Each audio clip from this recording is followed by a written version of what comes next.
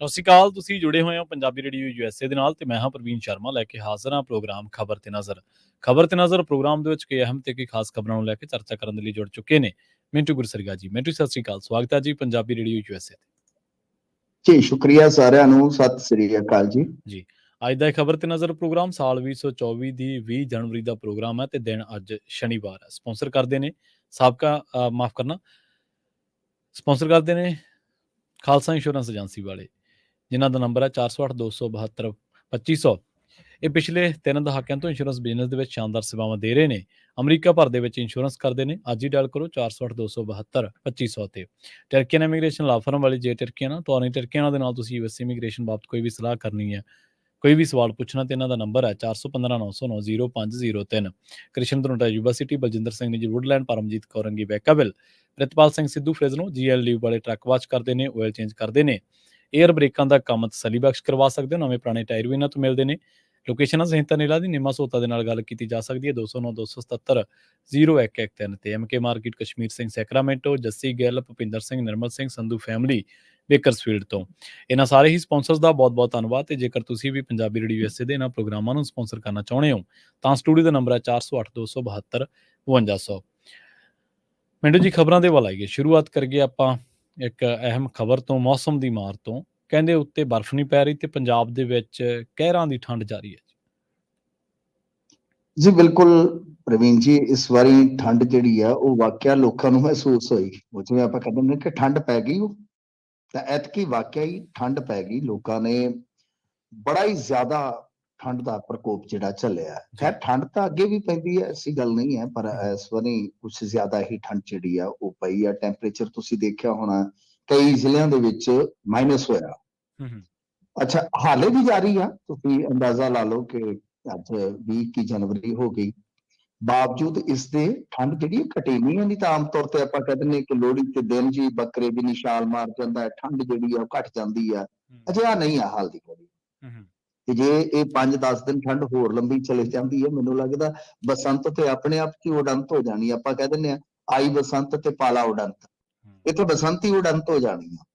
ਖੈਰ ਦੇਖੋ, ਜਿਹੜੀ ਗੱਲ ਉੱਤੇ ਦੀ ਹੈ ਕਿ ਉੱਤੇ ਜਿਵੇਂ ਆਪਾਂ ਦੇਖਦੇ ਮੈਦਾਨੀ ਇਲਾਕਿਆਂ 'ਚ ਠੰਡ ਬਹੁਤ ਜ਼ਿਆਦਾ ਹੈ, ਤੇ ਜਿਹੜਾ ਉੱਤੇ ਏਰੀਆ ਆਪਣਾ ਜੰਮੂ ਕਸ਼ਮੀਰ ਤੇ ਹਿਮਾਚਲ, ਦੋਵਾਂ ਦੀ ਸਰਹੱਦ ਆਪਣੇ ਨਾਲ ਲੱਗਦੀ ਹੈ ਪੰਜਾਬ ਦੇ ਨਾਲ। ਤੇ ਦੋਨਾਂ ਦੇ ਆਪਾਂ ਜੇ ਦੇਖੀਏ ਤੇ ਖਾਸ ਤੌਰ ਤੇ ਹਿਮਾਚਲ ਨਾਲ ਆਪਣੇ ਦਰਿਆ ਵੀ ਸਾਂਝੇ ਹੈ।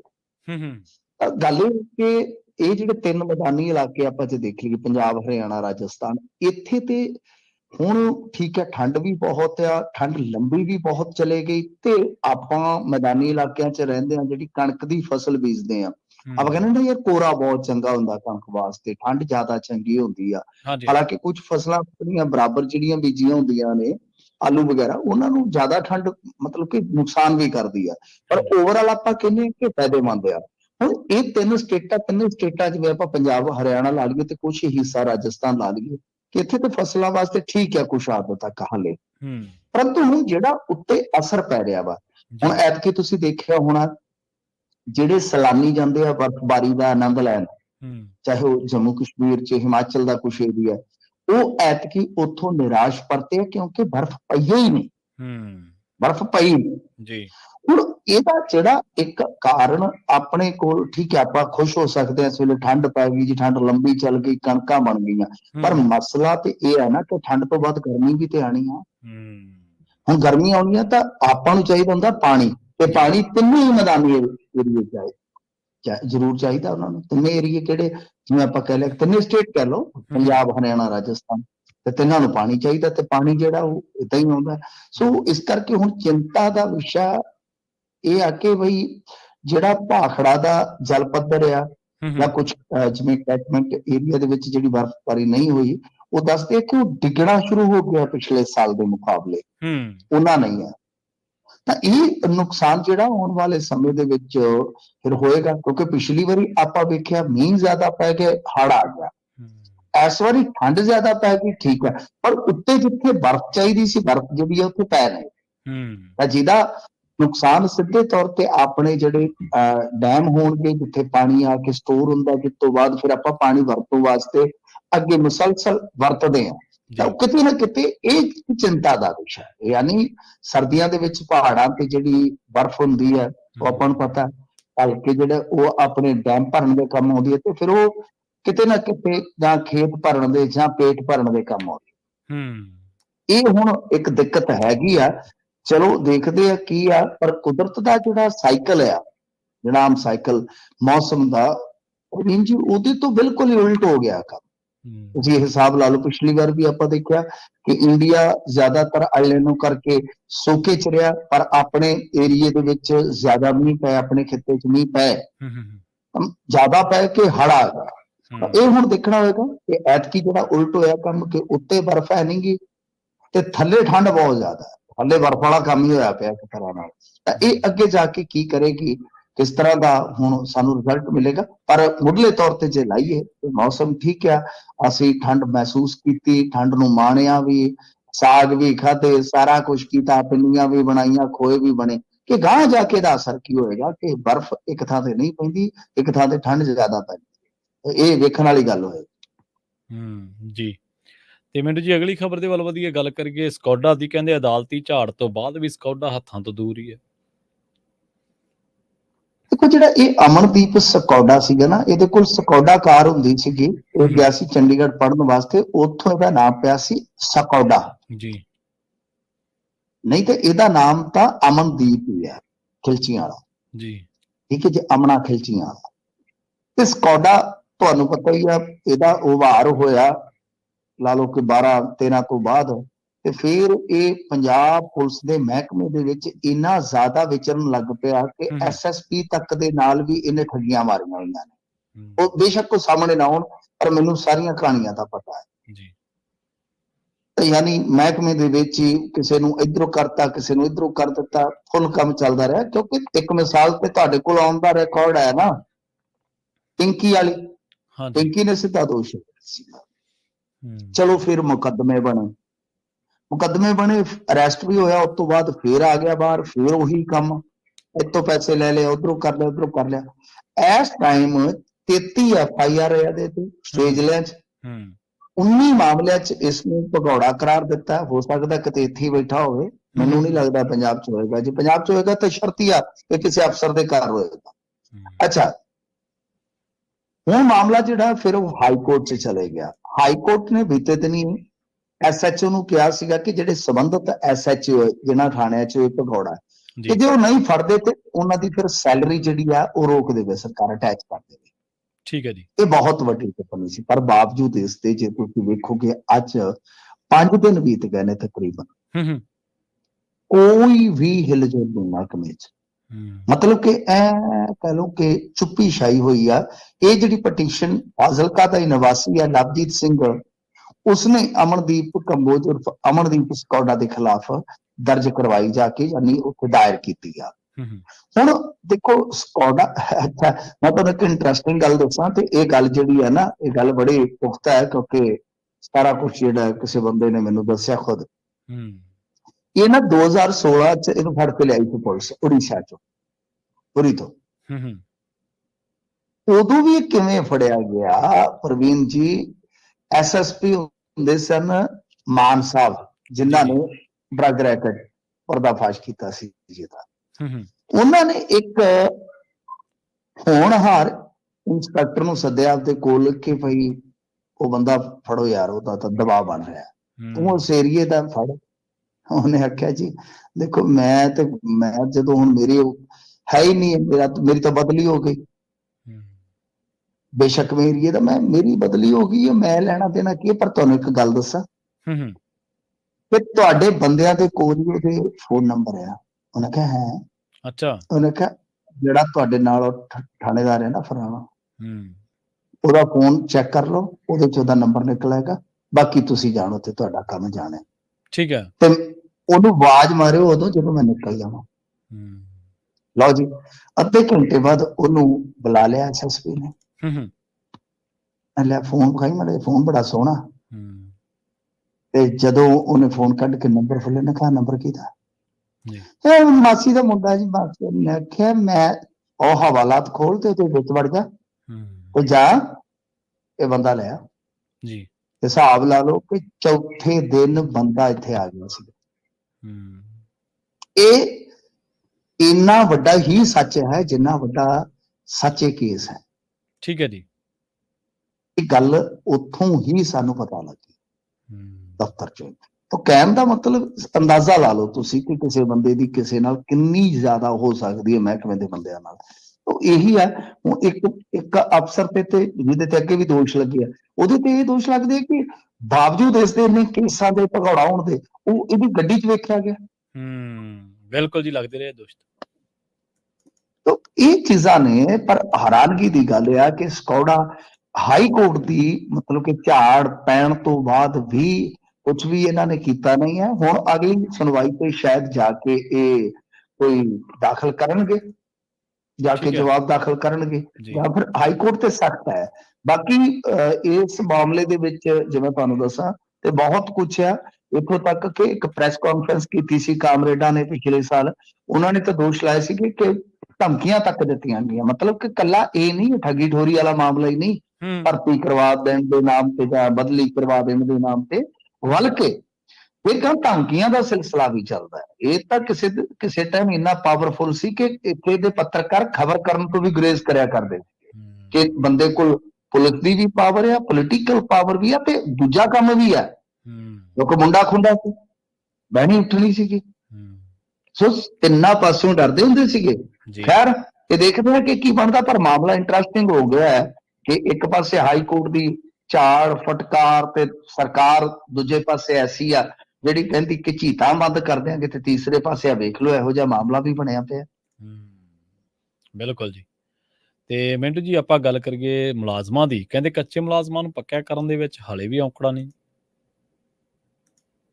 ਹਾਂਜੀ ਦੇਖੋ, ਇਹ ਬਹੁਤ ਲੰਬੇ ਸਮੇਂ ਤੋਂ ਕੰਮ ਚੱਲਦਾ ਪਿਆ ਹੈ, ਪਰ ਪੂਰਨ ਤੌਰ ਤੇ ਇਹ ਕੰਮ ਨੇਪਰੇ ਨਹੀਂ ਚੜ੍ਹਦਾ। ਦੇਖੋ ਇਹਦੇ ਵਿੱਚ ਨਾ ਪ੍ਰਵੀਨ ਜੀ, ਬੇਸਿਕ ਸਮੱਸਿਆ ਜਿਹੜੀ ਆ ਉਹ ਕੋਈ ਆ ਕਿ ਸੁਪਰੀਮ ਕੋਰਟ ਦਾ ਜਿਹੜਾ ਫੈਸਲਾ ਹੈ ਨਾ, ਉਹ ਬੜਾ ਟੇਢੀ ਖੀਰ ਹੈ ਇਸ ਮਾਮਲੇ ਦੇ ਵਿੱਚ। ਹੁਣ ਵੀ ਜੇ ਤੁਸੀਂ ਦੇਖੋ ਕਿ ਇਹਨਾਂ ਨੇ ਤੇ ਇਸ਼ਤਿਹਾਰ ਲਾਏ ਹੋਏ ਆ, ਇਹਨਾਂ ਨੇ ਤੇ ਜਾ ਕੇ ਬਾਹਰਲੀਆਂ ਸਟੇਟਾਂ ਦੇ ਵਿੱਚ ਵੀ ਸਾਰਾ ਕੁਝ ਕੀਤਾ ਹੋਇਆ, ਪਰ ਵੱਖ-ਵੱਖ ਮਹਿਕਮਿਆਂ ਤੇ ਕੱਚੇ ਜਾਂ ਠੇਕੇ ਤੇ ਜਾਂ ਆਊਟਸੋਰਸਿੰਗ ਸਕੀਮ ਤੇ। ਆਊਟਸੋਰਸ ਤੋਂ ਮੈਨੂੰ ਚੇਤਾ ਆ ਗਿਆ, ਤੁਹਾਨੂੰ ਇੱਕ ਹੋਰ ਵਧਾਈ ਦਿੰਦੇ ਆ ਜੀ। ਈਵੀਐਮ ਦੀ ਰਾਖੀ ਵਾਸਤੇ ਵੀ ਆਊਟਸੋਰਸਿੰਗ ਦੇ ਜ਼ਰੀਏ ਇਹਨਾਂ ਨੇ ਗੋਦਾਮ ਇੰਚਾਰਜ ਤੇ ਨਿਗਰਾਨ ਰੱਖਣੇ, ਹਿਸਾਬ ਲਾ ਲਓ, ਜਿਹੜੇ ਕਹਿੰਦੇ ਅਸੀਂ ਕੱਚਾ ਕੋਈ ਰਹਿਣ ਹੀ ਨਹੀਂ। ਆ ਪਿਛਲੇ ਦਿਨੀ ਟੈਂਡਰ ਨਿਕਲਿਆ ਜੀ, ਅੱਛਾ, ਆਊਟਸੋਰਸਿੰਗ ਦਾ। ਹਾਂਜੀ, ਈਵੀਐਮ ਦੀ ਰਾਖੀ ਲਈ। ਤੇ ਦੂਸਰੇ ਪਾਸੇ ਮਾਨ ਸਾਹਿਬ ਕੱਲ ਗੋਆ ਚ ਕਹਿਣ ਡਏ ਸਨ ਤੇ ਬਈ ਦੱਸੋ ਈਵੀਐਮ ਤੋਂ ਇਹ ਪਰਚੀ ਤੇ ਕਿਉਂ ਨਹੀਂ ਆਉਂਦੇ? ਤਾਂ ਦੂਸਰੇ ਪਾਸੇ ਇਹਨਾਂ ਦਾ ਕੰਮ ਇਹੋ ਜਿਹਾ ਹੋਇਆ ਪਿਆ। ਖੈਰ ਜੀ ਜੀ, ਇਹ ਚੁਣੌਤੀ ਹੈ ਕਿਉਂਕਿ ਇਹਨਾਂ ਨੇ ਮਤਲਬ ਕਿ ਭਰੋਸਾ ਦਿੱਤਾ ਸੀ ਕਿ ਤਨਖਾਹਾਂ 'ਚ ਵਾਧਾ ਕਰ ਦਿੱਤਾ ਤੇ ਇੱਕ ਵੱਖਰਾ ਕੈਡਰ ਬਣਾਉਣ ਦਾ ਵੀ ਵਾਅਦਾ ਕੀਤਾ ਸੀ ਇਹਨਾਂ ਨੇ। ਪਰ ਮੁਲਾਜ਼ਮਾਂ ਨੂੰ ਪੱਕਾ ਕਰਨ ਲਈ ਸੁਪਰੀਮ ਕੋਰਟ ਦੇ ਫੈਸਲਾ ਜਿਹੜਾ ਹੈਗਾ, ਮੈਂ ਜਿਵੇਂ ਤੁਹਾਨੂੰ ਦੱਸਿਆ, ਤੇ ਮੁਲਾਜ਼ਮਾਂ ਨੇ ਜਿਹੜਾ ਮਨੀ ਬਿੱਲ ਤੇ ਅਜੇ ਤੱਕ ਕੋਈ ਫੈਸਲਾ ਨਹੀਂ ਲਿਆ, ਤੇ ਜਦੋਂ ਤੱਕ ਉਹ ਰਾਜਪਾਲ ਫਾਈਲ ਤੇ ਫੈਸਲਾ ਨਹੀਂ ਲੈਂਦੇ ਉਦੋਂ ਤੱਕ ਆਪ ਸਰਕਾਰ ਕੋਈ ਹੋਰ ਫੈਸਲਾ ਨਹੀਂ ਲੈ ਸਕਦੀ ਜੀ। ਮੁਲਾਜ਼ਮਾਂ ਤੇ ਜਿਹੜੀ ਘੱਟ ਯੋਗਤਾ ਉਹ ਵੀ ਵੱਡਾ ਰੋੜਾ ਬਣੀ ਹੋਈ, ਮਤਲਬ ਕਿ ਕਈ ਕੁਛ ਆ। ਰਾਜਪਾਲ ਫਾਈਲ ਕਲੀਅਰ ਨਹੀਂ ਕਰ ਰਹੇ, ਸੁਪਰੀਮ ਕੋਰਟ ਦਾ ਫੈਸਲਾ, ਤੇ ਖਾਸ ਤੌਰ ਤੇ ਘੱਟ ਯੋਗਤਾ। ਯਾਨੀ ਇਹਨਾਂ ਨੇ ਜੋ ਬਣਾਇਆ ਸੀ ਕਿ ਅਲੱਗ ਤੋਂ ਕੈਡਰ ਬਣਾ ਦੇਣਗੇ, ਤੁਹਾਨੂੰ ਪਤਾ ਹੀ ਹੈ ਇਹਨਾਂ ਨੇ ਅਲੱਗ ਤੋਂ ਕੈਡਰ ਬਣਾ ਕੇ ਕਹਿ ਦਿੱਤਾ ਜੀ ਅਸੀਂ ਤੁਹਾਡੀਆਂ ਤਨਖਾਹਾਂ ਵਧਾ ਦਿੰਦੇ ਹਾਂ, ਵੀ ਤਨਖਾਹਾਂ ਵਧਾ ਦੇਵਾਂਗੇ। ਪਰ ਜੇ ਆਪਾਂ ਦੇਖੀਏ ਪੱਕਾ, ਮਤਲਬ ਕਿ ਜਿਹੜਾ ਕੱਚੇ ਮੁਲਾਜ਼ਮਾਂ ਨੂੰ ਪੱਕਾ ਕਰਨ ਲਈ ਉਮਾ ਦੇ ਵੀ ਮਾਮਲੇ 'ਚ ਜਿਹੜਾ ਸੁਪਰੀਮ ਕੋਰਟ ਦਾ ਫੈਸਲਾ ਸੀ ਨਾ, ਉਹ ਸਭ ਤੋਂ ਵੱਡੀ ਚੁਣੌਤੀ ਆ, ਹਾਲੇ ਵੀ ਬਣਿਆ ਹੋਇਆ। ਠੀਕ ਹੈ, ਅੱਛਾ। ਕਿਉਂਕਿ ਹਾਂਜੀ, ਉਹਦੇ ਵਿੱਚ ਜਿਵੇਂ ਆਪਾਂ ਦੇਖੀਏ ਤਾਂ ਭਰਤੀ ਕਰਨ ਵੇਲੇ ਵੱਖ-ਵੱਖ ਵਰਗਾਂ, ਜਿਵੇਂ ਸਾਬਕਾ ਫੌਜੀ ਹੁੰਦੇ ਆ, ਖਿਡਾਰੀ ਹੁੰਦੇ ਆ, ਅਮੀਨ ਹੁੰਦੇ ਆ, ਪਛੜੀ ਸ਼੍ਰੇਣੀ ਤੇ ਅਨੁਸੂਚਿਤ ਜਾਤੀ, ਉਹਨਾਂ ਨੂੰ ਸਾਰਿਆਂ ਨੂੰ ਮਤਲਬ ਕਿ ਰਾਖਵਾਂ ਕਰਨ ਪਾਲਿਸੀ ਨੂੰ ਧਿਆਨ 'ਚ ਇਸ ਵੇਲੇ ਜੇ ਆਪਾਂ ਦੇਖੀਏ ਤਾਂ ਨਹੀਂ ਰੱਖਿਆ ਗਿਆ ਕੁਝ ਮਾਮਲਿਆਂ ਦੇ ਵਿੱਚ। ਇਹ ਵੀ ਇੱਕ ਪ੍ਰੋਬਲਮ ਆ, ਠੀਕ ਹੈ ਨਾ। ਤੇ ਇਸੇ ਤਰ੍ਹਾਂ ਜੇ ਆਪਾਂ ਵੇਖੀਏ ਆਊਟਸੋਰਸਿੰਗ, ਠੇਕੇ ਤੇ ਜਾਂ ਭਰਤੀ ਤਾਂ ਕਰ ਲਈ, ਅਸਾਮੀਆਂ ਮਨਜ਼ੂਰ ਹੀ ਨਹੀਂ ਹੋਈਆਂ ਕਈ ਤਾਂ, ਠੀਕ ਹੈ। ਜਿਵੇਂ ਠੇਕਾ ਆਧਾਰਿਤ ਕੰਮ ਇਹਨੂੰ ਪੱਕਾ ਕਰਨ ਲਈ 10 ਸਾਲ ਦੀ ਸਰਵਿਸ ਮਨਜ਼ੂਰਸ਼ੁਦਾ ਪੋਸਟਾਂ ਦੇ ਆਧਾਰ ਤੇ ਭਰਤੀ ਪ੍ਰਕਿਰਿਆ ਪੂਰੀ ਕਰਨ ਦਾ ਸੁਪਰੀਮ ਕੋਰਟ ਦਾ ਫੈਸਲਾ ਜਿਹੜਾ ਉਹ ਆਇਆ ਹੋਇਆ। ਤਾਂ ਮਤਲਬ ਕਿ ਇੱਕ ਤਾਂ ਤੁਹਾਡੀ ਜਿਹੜੀ ਅਸਾਮੀਆਂ ਮਨਜ਼ੂਰਸ਼ੁਦਾ ਹੋਣੀ ਚਾਹੀਦੀ ਹੈ, ਦੂਸਰਾ ਪੰਗਾ ਇਹ ਪੈ ਗਿਆ ਕਿ ਰਿਜ਼ਰਵੇਸ਼ਨ, ਤੀਸਰਾ ਇਹ ਤੀਸਰਾ ਇਹ ਹੈ ਕਿ ਜਿਹੜੀ ਤੁਹਾਡੀ ਕੁਆਲੀਫਿਕੇਸ਼ਨ ਹੈ ਕਿ ਬਰੋਬਰ ਦੀ ਹੈ, ਤੇ ਚੌਥਾ ਕਿ ਘੱਟੋ ਘੱਟ ਇੰਨਾ ਸਮਾਂ ਜਿਹੜਾ ਉਹ ਸਰਵਿਸ ਦੇ ਵਿੱਚ ਰਹਿਣਾ ਚਾਹੀਦਾ। ਤਾਂ ਸੂਤਰ ਜਿਹੜਾ ਦੱਸਦੇ ਨੇ ਕਿ ਇਸ ਵੇਲੇ ਮਾਮਲਾ ਜਿਹੜਾ ਕਾਨੂੰਨੀ ਮਾਹਰਾਂ ਨੇ ਰਾਏ ਦੇ ਕੇ ਦੱਸਿਆ ਕਿ ਉਮਾ ਦੇਵੀ ਮਾਮਲੇ ਦੇ ਸਨਮੁਖ ਫੈਸਲਾ ਲੈਣਾ ਬਣਦਾ। ਜੇਕਰ ਸਰਕਾਰ ਕੋਈ ਨਵਾਂ ਐਕਟ ਬਣਾਉਣ ਦੀ ਇੱਛੁਕ ਹੈ ਤਾਂ ਮਾਮਲਾ ਫਿਰ ਕਾਨੂੰਨੀ ਪੇਚ ਦੇ ਵਿੱਚ ਫਸ ਸਕਦਾ। ਮਤਲਬ ਕਿ ਤੁਸੀਂ ਉਸ ਫੈਸਲੇ ਤੋਂ ਬਾਹਰ ਨਹੀਂ ਜਾ ਸਕਦੇ, ਪ੍ਰੋਬਲਮ ਇਹ। ਤਾਂ ਬਾਕੀ ਹੁਣ ਦੇਖੋ ਕੀ ਬਣਦਾ। ਤੇ ਜੇ ਇਹ ਵਿੱਚ ਵਿਚਾਲੇ ਇੰਨਾ ਕੁਛ ਕਰਕੇ ਵੀ ਪ੍ਰਵੀਨ ਭਾਈ ਰਹਿ ਗਿਆ ਤਾਂ ਫਿਰ ਸਰਕਾਰ ਵਾਸਤੇ ਇੱਕ ਬਹੁਤ ਵੱਡਾ ਝਟਕਾ ਹੈ, ਬਹੁਤ ਵੱਡਾ ਝਟਕਾ ਹੈ। ਤਾਂ ਦੇਖਦੇ ਹਾਂ। ਪਰ ਉਮਾ ਦੇਵੀ ਵਾਲੇ ਕੇਸ ਤੋਂ ਕਿਉਂਕਿ ਲੈਂਡਮਾਰਕ ਜੱਜਮੈਂਟ ਆ ਉਹਦੇ ਤੋਂ ਪਾਸੇ ਕੋਈ ਵੀ ਸਰਕਾਰ ਨਹੀਂ ਜਾ ਸਕਦੀ ਜਦੋਂ ਵੀ ਉਹਨਾਂ ਨੇ ਕੱਚੇ ਮੁਲਾਜ਼ਮ ਪੱਕੇ ਕਰਨੇ। ਜੀ ਜੀ।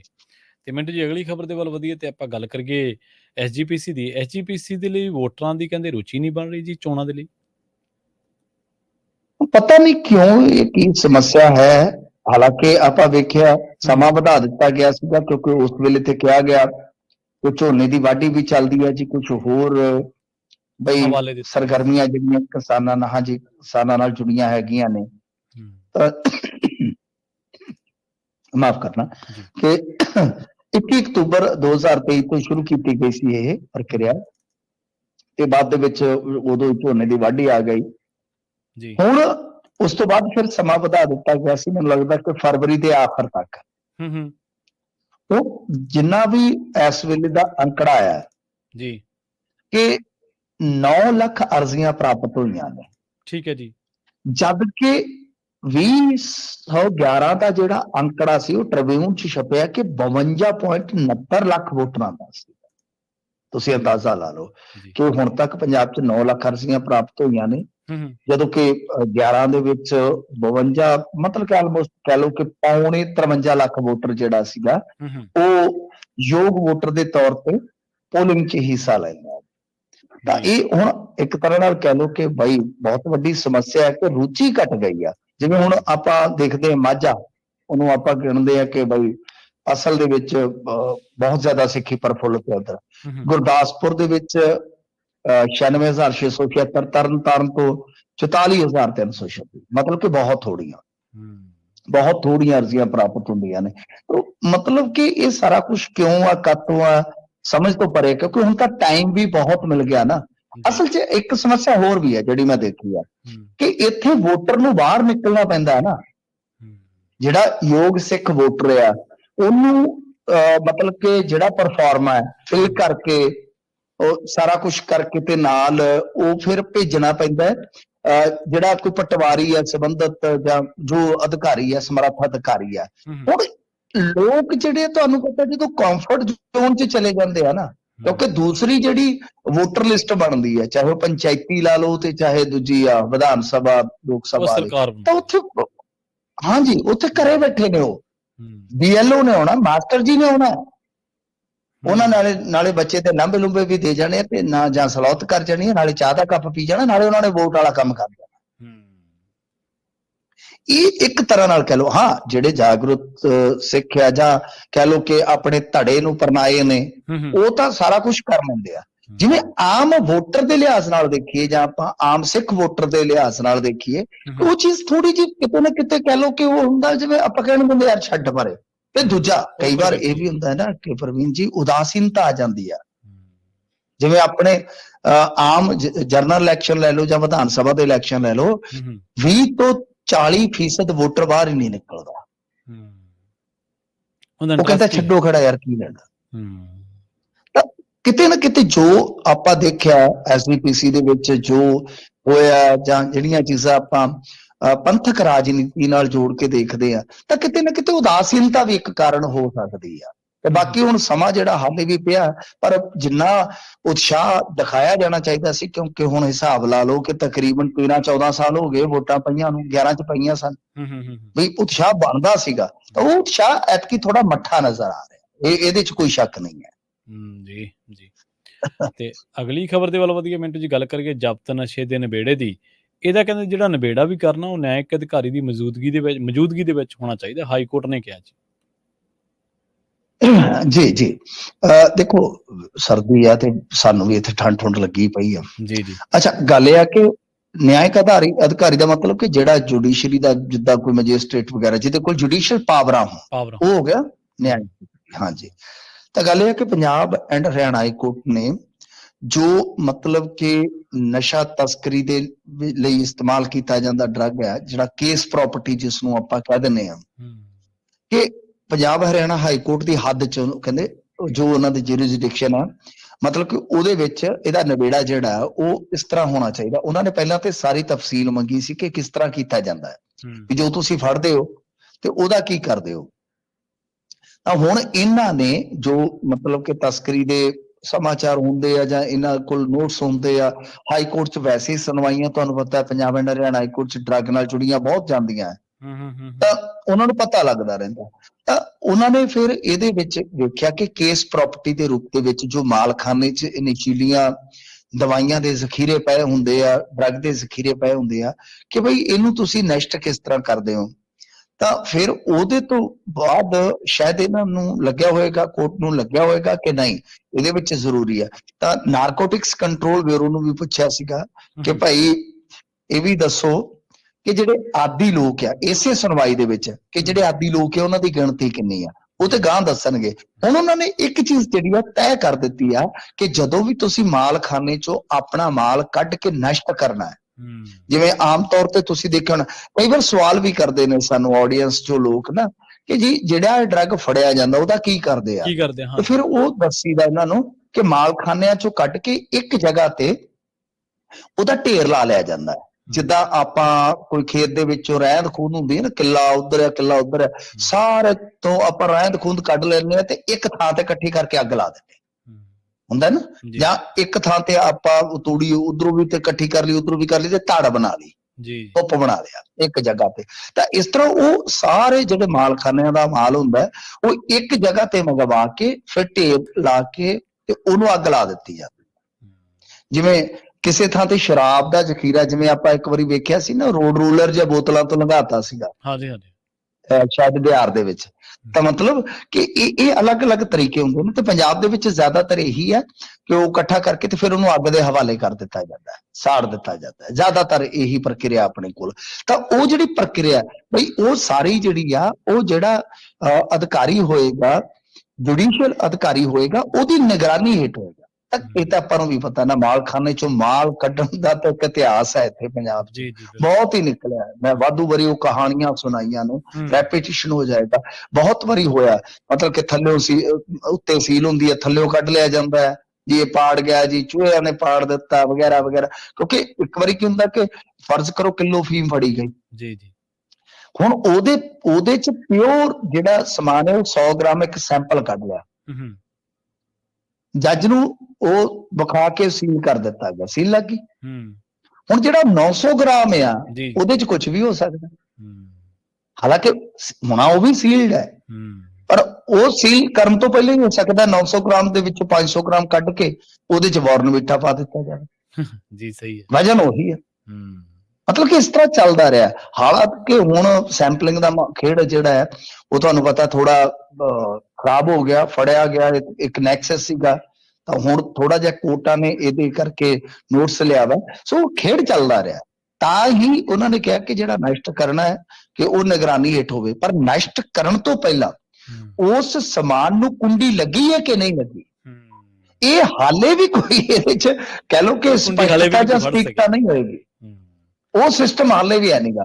ਤਾਂ ਇਹਦਾ ਤਾਂ ਹੱਲ ਇਹੋ ਆ ਕਿ ਸਾਰੇ ਦਾ ਸਾਰਾ ਜਿਹੜਾ ਹੈ ਉਹ ਸਾਰੇ ਚੋਂ ਸੈਂਪਲਿੰਗ ਹੋ ਕੇ ਸਾਰੇ ਦੇ ਸਾਰੇ ਨੂੰ ਸੀਲ ਕਰਕੇ ਤੇ ਜਿਹੜੇ ਮਾਲਖਾਨੇ ਆ ਉਹ ਅਦਾਲਤਾਂ 'ਚ ਹੀ ਬਣਾਏ ਜਾਣ, ਅਦਾਲਤਾਂ 'ਚ ਹੀ ਬਣਾਏ ਜਾਣ। ਕਿਉਂਕਿ ਥਾਣਿਆਂ ਦੇ ਮਾਲਖਾਨਿਆਂ 'ਚ ਤੁਹਾਨੂੰ ਪਤਾ ਫਿਰ ਬਈ ਆਪਾਂ ਕਹਿੰਦੇ ਤੇ ਹੁੰਦੇ ਆ ਪੰਜਾਬੀ ਕਿ ਬਈ ਦਹੀਂ ਦੀ ਰਾਖੀ ਤੇ ਉਹ ਵੀ ਬਿੱਲਾ, ਕੰਮ ਤੇ ਫਿਰ ਵੀਰੇ ਢਿੱਲਾ ਹੀ ਢਿੱਲਾ। ਜੀ ਜਿਹੜੀਆਂ ਮਿੰਟੂ ਜੀ ਤੁਸੀਂ ਕਹਾਣੀਆਂ ਸੁਣਾਈਆਂ, ਇੱਕ ਤਾਂ ਮੇਰੇ ਵੀ ਯਾਦ ਆ ਗਈ, ਮਾਲ ਤਾਂ ਦੂਰ ਦੀ ਗੱਲ ਹੈ, ਫੀਮ ਭੁੱਕੀ ਡੋਡੇ ਦਾ ਉਹ ਤਾਂ ਦੂਰ ਦੀ ਗੱਲ ਹੈ, ਇਹ ਤਾਂ ਡਾਲਰ ਚੋਰੀ ਹੋ ਗਏ ਸੀਗੇ ਮਾਲਖਾਨੇ ਦੇ ਵਿੱਚ। ਡਾਲਰ ਚੋਰੀ ਹੋਏ ਆ, ਹੈਰੋਇਨ ਚੋਰੀ ਹੋਈ ਆ, ਬਹੁਤ ਕੁਝ, ਪਿਸਤੌਲ ਚੋਰੀ ਹੋਏ ਆ, ਬਹੁਤ ਕੁਝ। ਈਵਨ ਦੈਟ ਇੱਕ ਥਾਣੇਦਾਰ ਦੀ ਕੁੜੀ ਦਾ ਵਿਆਹ ਸੀ, ਉਸ ਚਾ ਕੇ ਸੋਨਾ ਵੇਚ ਗਿਆ, ਸੋਨਾ ਵੇਚ ਗਿਆ। ਜਦੋਂ ਫੜਿਆ ਗਿਆ ਉਹਨੇ ਜੱਜ ਦੇ ਸਾਹਮਣੇ ਹੱਥ ਜੋੜਿਆ, ਜੀ ਧੀ ਧਿਆਣੀ ਦਾ ਵਿਆਹ ਸੀ, ਫਸੇ ਪਏ ਸੀ, ਹਾਂਜੀ ਤੁਸੀਂ ਦੱਸੋ ਕਿੰਨੇ ਦਾ ਬਣਦਾ, ਮੈਂ ਪੈਸੇ ਦੇ ਦਿੰਦਾ। ਏਦਾਂ ਦੀਆਂ ਵੀ ਕਹਾਣੀਆਂ ਆਈਆਂ। ਬਿਲਕੁਲ ਜੀ। ਤੇ ਆਪਾਂ ਅਗਲੀ ਖਬਰ ਦੇ ਵੱਲ ਵਧੀਏ ਤੇ ਗੱਲ ਕਰੀਏ ਮਾਨ ਤੇ ਕੇਜਰੀਵਾਲ ਦੀ। ਕਹਿੰਦੇ ਇਹਨਾਂ ਦੇ ਖਰਚਿਆਂ ਦਾ ਵੇਰਵਾ ਦੇਣ ਤੋਂ ਸਰਕਾਰ ਇਨਕਾਰੀ ਹੈ ਜੀ। ਇਹ ਤਾਂ ਕਹਿੰਦੇ ਸੀ ਅਸੀਂ ਅਕਾਊਂਟੇਬਿਲਟੀ ਤੈਅ ਕਰਾਂਗੇ। ਨਹੀਂ, ਉਹ ਗੱਲਾਂ ਕਹਿਣ ਦੀਆਂ ਹੁੰਦੀਆਂ ਨੇ। ਵੈਸੇ ਤੇ ਜੇ ਤੁਸੀਂ ਵੇਖੋਗੇ ਪ੍ਰਵੀਨ ਜੀ, ਜੀ ਆਰਟੀਆਈ ਵਾਸਤੇ ਸਭ ਤੋਂ ਜ਼ਿਆਦਾ ਕੰਮ ਇਸ ਮੁਲਕ ਦੇ ਵਿੱਚ ਜੇਕਰ ਕਿਸੇ ਨੇ ਕੀਤਾ ਤੇ ਉਹ ਅਰਵਿੰਦ ਕੇਜਰੀਵਾਲ ਜੀ ਸਨ। ਬੜਾ ਕੰਮ ਕੀਤਾ ਇਹਨਾਂ ਨੇ ਆਰਟੀਆਈ ਵਾਸਤੇ ਤੇ ਲੋਕਪਾਲ ਵਾਸਤੇ। ਤੁਸੀਂ ਦੇਖੋ ਕਿ ਅੱਜ ਦੋਨਾਂ ਦਾ ਹੀ ਹਾਲ ਕੀ ਆ, ਖਾਸ ਤੌਰ ਤੇ ਪੰਜਾਬ ਦੇ ਵਿੱਚ ਜੀ ਜੇ ਆਪਾਂ ਵੇਖੀਏ ਤਾਂ ਆਰਟੀਆਈ ਜਿਹੜੀ ਆ ਦਮ ਤੋੜ ਗਈ। ਹਾਲਾਂਕਿ ਕੱਲ ਇਹਨਾਂ ਨੇ ਮੈਨੂੰ ਲੱਗਦਾ ਕਿ ਸੂਚਨਾ ਜਿਹੜਾ ਕਮਿਸ਼ਨਰ ਆ ਉਹ ਨਿਯੁਕਤ ਕੀਤਾ, ਤਾਂ ਅੰਦਾਜ਼ਾ ਲਾ ਲਓ ਕਿ ਕਦੋਂ ਤੋਂ ਪੋਸਟ ਖਾਲੀ ਆ। ਹਾਲੇ ਵੀ ਚੋਣ ਕਮਿਸ਼ਨਰ ਜਿਹੜੇ ਹੁੰਦੇ ਆ, ਹਾਂਜੀ ਪਹਿਲਾਂ ਤਾਂ ਇਹਨਾਂ ਨੇ ਕਾਫੀ ਸੀ, ਦਰਜਨ ਭਰ ਦੇ ਕਰੀਬ, ਉਹ ਕੱਟ ਕਰਕੇ 6 ਕੀਤੇ। 6 ਚੋਂ ਵੀ ਸਿਰਫ 2 ਕੰਮ ਕਰ ਰਹੇ ਸਨ। ਮੈਂ ਖੁਦ ਤੁਹਾਨੂੰ ਪਤਾ ਆਰਟੀਆਈ ਇਸਤੇਮਾਲ ਕਰਦਾ ਆਪਦਾ ਹੱਕ, ਤੇ ਬਹੁਤ ਵਾਰੀ ਕਈ ਹੁਣ ਇੱਕ ਚਿੱਠੀ ਮੈਨੂੰ ਆਈ ਸੀ, ਤੁਸੀਂ ਮੰਨੋਗੇ 4 ਮਹੀਨੇ ਪਹਿਲਾਂ ਮੈਂ ਆਰਟੀਆਈ ਪਾਈ ਆ ਤੇ ਹੁਣ ਜਵਾਬ ਆ ਰਿਹਾ, ਉਹ ਵੀ ਅਪੀਲ ਰਾਹੀਂ। ਜੀ ਜੀ ਹਿਸਾਬ ਲਾ ਲਓ। ਤਾਂ ਮਤਲਬ ਕਿ ਇਸ ਤਰ੍ਹਾਂ ਦੀ ਸੂਰਤ-ਹਾਲ ਬਣੀ ਪਈ ਆ। ਗੱਲ ਇਹ ਆ ਕਿ ਇਹਨਾਂ ਦਾ ਜਿਹੜਾ ਇੱਕ ਪ੍ਰੋਗਰਾਮ ਹੋਇਆ ਸੀਗਾ, ਤੁਹਾਨੂੰ ਯਾਦ ਹੋਣਾ 5 ਅਪ੍ਰੈਲ 23 ਨੂੰ ਪੋਲੋ ਗਰਾਊਂਡ ਦੇ ਵਿੱਚ। ਜੀ ਜੀ ਇਸ ਸੰਬੰਧੀ ਇੱਥੇ ਜੇ ਆਪਾਂ ਦੇਖੀਏ ਤਾਂ ਜਿਹੜੇ 2 ਮੁੱਖ ਮੰਤਰੀ, ਮਤਲਬ ਕਿ ਪੰਜਾਬ ਦੇ ਕਹਿ ਲਓ, ਵੈਸੇ ਤੇ ਇੱਕ ਦਿੱਲੀ ਦਾ, ਇਹ ਆਏ ਸਨ, ਜੀ ਇੱਥੇ ਸ਼ਾਮਲ ਹੋਏ। ਖਰਚਾਂ ਦਾ ਵੇਰਵਾ ਮੰਗਿਆ ਗਿਆ। ਤੁਸੀਂ ਅੰਦਾਜ਼ਾ ਲਾ ਲਓ ਕਿ ਅੱਜ ਤੱਕ ਇਹ ਸਾਰਾ ਕੁਝ ਜਿਹੜਾ ਹੈ ਉਹ ਨਹੀਂ ਦਿੱਤਾ ਗਿਆ। ਕਹਿੰਦੇ ਜੀ ਕਿ ਜਦੋਂ ਵੇਰਵੇ ਉਪਲਬਧ ਹੋਣਗੇ ਦੇ ਦਿਆਂਗੇ। 2 ਅਕਤੂਬਰ 2023 ਨੂੰ ਪਟਿਆਲਾ ਦੇ ਨਿਊ ਪੋਲੋ ਗਰਾਊਂਡ 'ਚ ਫੇਰ ਆਮ ਆਦਮੀ ਪਾਰਟੀ ਵੱਲੋਂ ਰੈਲੀ ਕੀਤੀ ਜਾਂਦੀ ਆ। ਇਹਦਾ ਖਰਚਾ ਮੰਗਿਆ ਜਾਂਦਾ ਹੈ ਕਿ ਖਰਚੇ ਸੰਬੰਧੀ ਵੇਰਵੇ ਦਿਓ। ਵੇਰਵਾ ਕੀ ਹੁੰਦਾ ਹੈ ਉਹਦੇ 'ਚ, ਮੈਂ ਦੱਸਦਾ ਤੁਹਾਨੂੰ ਪ੍ਰਵੀਨ ਜੀ। ਅਸੀਂ ਨਾ ਇੱਕ ਵਾਰੀ ਇੱਕ ਆਰਟੀਆਈ ਹਾਸਲ ਕਰ ਲਈ ਜਲੰਧਰ ਦੀ, ਜਿੱਥੇ ਕੇਜਰੀਵਾਲ ਸਾਹਿਬ ਆਏ ਸਨ। ਜਿਹੜੇ ਹੋਟਲ 'ਚ ਇਹ ਠਹਿਰੇ ਸੀਗੇ, ਸਾਨੂੰ ਉਹਦਾ ਬਿੱਲ ਮਿਲ ਗਿਆ। ਠੀਕ ਹੈ ਜੀ। ਉਹਦੇ 'ਚ 2000 ਦਾ ਜੂਸ ਹੀ ਸੀਗਾ ਗਲਾਸ। ਉਹ ਅਸੀਂ ਖਬਰ ਕਰਤੀ। ਉਹ ਫਿਰ ਇਹਨਾਂ ਚੀਜ਼ਾਂ ਦੀ ਫਜ਼ੀਅਤ ਹੁੰਦੀ ਆ ਨਾ। ਔਰ ਸਾਰਾ ਬਿੱਲ ਨਿਕਲ ਆਉਣਾ, ਕਿਸੇ ਨੇ ਕੀ ਖਾਧਾ ਪੀਤਾ। ਅਸੀਂ ਤੇ ਇਹਨਾਂ ਦੇ ਪਰੌਂਠੇ ਤੱਕ ਗਿਣ ਲੈਂਦੇ ਹੁੰਦੇ ਸੀਗੇ। ਹੁਣ ਕੀ ਹੋਇਆ ਕਿ ਮਤਲਬ ਕਿ ਅਕਾਲੀ ਸਰਕਾਰ 'ਚ ਆਰਟੀਆਈ ਦਾ ਬਹੁਤ ਵੱਡਾ ਇਸਤੇਮਾਲ ਹੋਇਆ। ਕਾਂਗਰਸ ਸਰਕਾਰ ਵੇਲੇ ਥੋੜਾ ਜਿਹਾ ਗੱਲ ਘੁੱਟਵਾ ਸੀ, ਇਹਨਾਂ ਨੇ ਤੇ ਬਿਲਕੁਲ ਰੋਕ ਦਿੱਤਾ ਹੈ। ਤੁਹਾਨੂੰ ਪਤਾ ਨਾ ਐਵੀਏਸ਼ਨ ਵਾਲੀ ਆਰਟੀਆਈ, ਕਿ ਜਹਾਜ਼ ਦਾ ਕੁੱਲ ਕਿੰਨਾ ਖਰਚਾ ਹੋਇਆ ਹੁਣ ਤੱਕ, ਉਹ ਮਾਮਲਾ ਕੋਰਟ ਦੇ ਵਿੱਚ ਹੈ ਇਸ ਵੇਲੇ। ਸਿੱਧੂ ਸਾਹਿਬ, ਹਾਂਜੀ, ਇਹ ਕਹਿੰਦੇ ਸੁਰੱਖਿਆ ਦਾ ਮਾਮਲਾ ਕਿ ਦੇ ਨਹੀਂ ਸਕਦੇ। ਨਹੀਂ ਪ੍ਰਵੀਨ ਜੀ, ਆਪਾਂ ਇਹ ਨਹੀਂ ਪੁੱਛ ਰਹੇ ਕਿ ਰੂਟ ਕਿੱਧਰ ਦੀ ਜਾਣਾ ਜੀ। ਜਹਾਜ਼ ਅਸੀਂ ਅਗਾਂਹ ਦਾ ਨਹੀਂ ਪੁੱਛਣਾ ਹੁੰਦਾ। ਆਰਟੀਆਈ 'ਚ ਆਪਾਂ ਪੁੱਛਣਾ ਕਿ ਜੋ ਟਰੈਵਲਿੰਗ ਹੋ ਚੁੱਕੀ ਆ, ਯਾਤਰਾ ਹੋ ਚੁੱਕੀ ਹੈ, ਠੀਕ ਹੈ ਨਾ, ਉਹਦੇ 'ਚ ਸਿਕਿਉਰਿਟੀ ਦਾ ਕੀ ਕੰਸਰਨ ਆ, ਮੈਨੂੰ ਦੱਸੋ, ਹਨਾ। ਸੋ ਇਹ ਆ ਕਿ ਜਦੋਂ ਕਿਸੇ ਕਾਨੂੰਨ ਦੇ ਵਿੱਚ ਹੈ ਹੀ ਨਹੀਂ ਹੈ ਕੁਛ ਇਸ ਤਰ੍ਹਾਂ ਦਾ, ਤਾਂ ਬਹੁਤ ਸਾਰੇ ਇਸ ਤਰ੍ਹਾਂ ਦੇ ਮਾਮਲੇ ਨੇ ਜਿਹਦੇ ਵਿੱਚ ਅਰਵਿੰਦ ਕੇਜਰੀਵਾਲ ਨਾਲ ਜੁੜਿਆ ਜਾਂ ਭਗਵੰਤ ਮਾਨ ਨਾਲ ਜੁੜਿਆ ਜਿਹੜਾ ਖਰਚਾ ਉਸਨੂੰ ਦੇਣ ਤੋਂ ਟਾਲਾ ਵੱਟਿਆ ਜਾ ਰਿਹਾ। ਤਾਂ ਕੁੱਲ ਮਿਲਾ ਕੇ ਆਰਟੀਆਈ ਐਕਟ ਜਿਹੜਾ ਹੈ ਉਹ ਇੱਥੇ ਪੰਜਾਬ ਦੇ ਵਿੱਚ, ਮੈਂ ਇਮਾਨਦਾਰੀ ਨਾਲ ਕਹਾਂ, ਸੱਚੀਓ ਕਹਾਂ, ਤੇ ਉਹ ਬਿਲਕੁਲ ਘੁੱਟਵਾਂ ਚੱਲ ਰਿਹਾ ਹੈ। ਜਦ ਕਿ ਇਹਨਾਂ ਦੇ ਰਾਜ 'ਚੋਂ ਇੰਨਾ ਹੋਣਾ ਚਾਹੀਦਾ ਸੀਗਾ ਕਿ ਬਾਈ ਦੱਸੋ ਸਹੀ ਜੀ, ਸਾਡੇ ਗੁਸਲਖਾਨੇ ਦੇ ਵਿੱਚ ਗੀਜ਼ਰ ਕਿੰਨੇ ਦਾ ਲੱਗਾ, ਤੁਹਾਨੂੰ ਉਹ ਵੀ ਦੱਸ ਦਿੰਦੇ ਹਾਂ ਅਸੀਂ। ਜੀ ਜੀ ਬਿਲਕੁਲ, ਹੋਣਾ ਇਹ ਚਾਹੀਦਾ ਸੀ, ਪਰ ਹੋ ਇਹ ਰਿਹਾ ਕਿ ਉਹ ਜਹਾਜ਼ ਦਾ ਇੰਜਨ ਹੋਣ ਵਾਲਾ ਹੋ ਗਿਆ, ਬੋਰ ਹੋਣ ਵਾਲਾ ਹੋ ਗਿਆ, ਉਹਦਾ ਇਹ ਖਰਚਾ ਹੀ ਨਹੀਂ ਦੇਣ ਦਾ। ਕਿਉਂਕਿ ਜਿਹੜਾ ਪਹਿਲਾ ਖਰਚਾ ਦਿੱਤਾ ਸੀਗਾ ਨਾ, ਜਦੋਂ ਚਰਖਾ ਕੱਤਣ ਗਏ ਨੇ ਗੁਜਰਾਤ, ਉਹਨੇ ਹੀ ਵੱਟ ਕੱਢ ਦਿੱਤੇ ਸੀ। ਤੁਹਾਨੂੰ ਪਤਾ ਹੀ ਆ, 2 ਫੇਰਿਆਂ ਦਾ ਤਕਰੀਬਨ 1 ਕਰੋੜ ਦਾ ਖਰਚਾ ਸੀਗਾ ਜੀ, ਜਿਹੜੇ ਗੁਜਰਾਤ ਦੇ ਸ਼ੁਰੂ 'ਚ ਗੇੜੇ ਲੱਗੇ ਸੀਗੇ। ਤਾਂ ਫਿਰ ਉੱਥੋਂ ਇਹਨਾਂ ਨੂੰ ਪਤਾ ਲੱਗ ਗਿਆ ਕਿ ਜਹਾਜ਼ ਤੇ ਰੁਕਣਾ ਹੀ ਨਹੀਂ ਬਈ, ਤੇ ਇਹ ਤੇ ਫਿਰ ਔਖਾ ਹੋ ਜਾਏਗਾ। ਸੋ ਇਸ ਕਰਕੇ ਬਹੁਤ ਥਾਵਾਂ ਤੋਂ ਟਾਲਾ ਜਿਹੜਾ ਵੱਟਿਆ ਜਾ ਰਿਹਾ। ਜੀ ਜੀ ਜੀ ਬਿਲਕੁਲ। ਮਿੰਟੂ ਜੀ, ਇਹਨਾਂ ਖਾਸ ਖਬਰਾਂ ਤੇ ਖਾਸ ਜਾਣਕਾਰੀਆਂ ਦੇ ਲਈ ਤੁਹਾਡਾ ਬਹੁਤ ਬਹੁਤ ਧੰਨਵਾਦ ਜੀ। ਸ਼ੁਕਰੀਆ ਜੀ। ਪ੍ਰੋਗਰਾਮ ਖਬਰ ਤੇ ਨਜ਼ਰ ਨੂੰ ਇੱਥੇ ਹੀ ਸਮਾਪਤ ਕਰਾਂਗੇ। ਬਹੁਤ ਬਹੁਤ ਧੰਨਵਾਦ। ਸਤਿ ਸ਼੍ਰੀ ਅਕਾਲ।